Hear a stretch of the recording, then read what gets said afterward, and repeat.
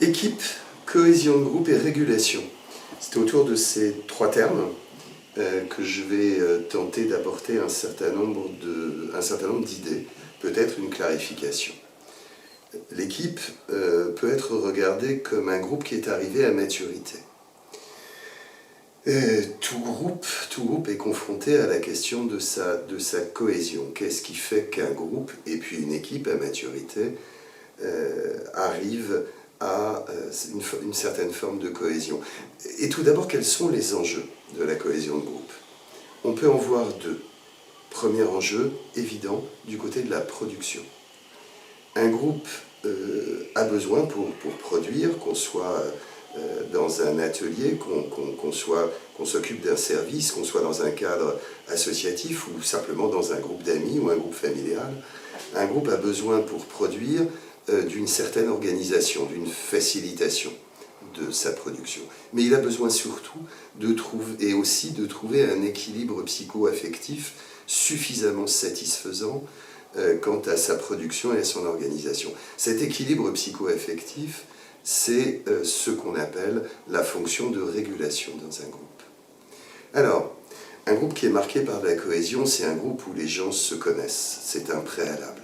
C'est un groupe où les gens ont confiance les uns dans les autres. C'est un groupe qui partage des objectifs, des buts communs et qui assimile, accepte un certain nombre de règles et de normes.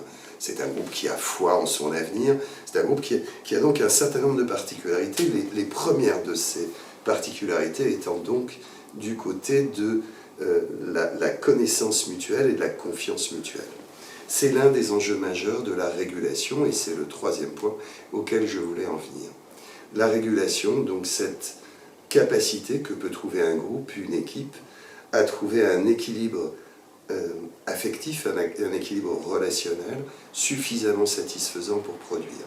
Je distingue pour ma part trois niveaux de régulation. Je parle de régulation primaire, de régulation secondaire et de régulation tertiaire. La régulation primaire, elle est du côté du préventif, de la prévention de conflits, de la prévention d'incompréhension. Elle est du côté de l'établissement d'une relation interpersonnelle suffisamment satisfaisante pour coopérer, pour produire. Elle est faite de connaissances mutuelles, elle est faite de confiance mutuelle. C'est donc à la naissance d'un groupe un des enjeux majeurs de faire corps, de se connaître et d'avoir confiance les uns dans les autres. Je parle de régulation secondaire quand le groupe existe, fonctionne, mais est confronté à des petites difficultés, à des conflits, à des désaccords, à des incompréhensions. Il s'agit là, en matière de régulation secondaire, il s'agira de mettre à plat les difficultés quand elles surgissent, d'identifier ce qui peut faire conflit ou problème, de l'aborder sereinement avec l'objectif, évidemment, de résoudre les conflits ou les incompréhensions qui apparaissent. Ça nécessite une confiance mutuelle qui théoriquement a été installée au préalable. Ça demande des ajustements, ça demande que quelqu'un joue le rôle de tiers pour que ces conflits puissent se gérer, le groupe étant sans doute pas encore suffisamment mature pour se prendre en charge totalement en matière de régulation.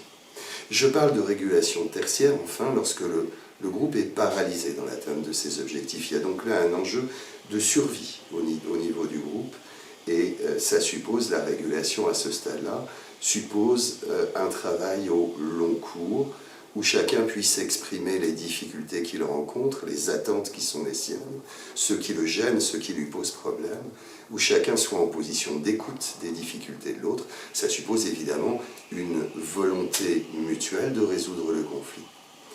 Régulation primaire, dont l'objet est de créer un climat psycho-affectif suffisamment satisfaisant. Régulation secondaire, dont l'objectif est de maintenir ces relations, cet équilibre psycho-affectif qui a été créé si tout va bien au préalable. Régulation tertiaire, dont l'objectif cette fois-ci étant de retrouver cet équilibre relationnel au sein du groupe. Voilà en quelques minutes ce que je pouvais dire sur l'équipe, la cohésion de groupe, la cohésion d'équipe et la régulation de groupe.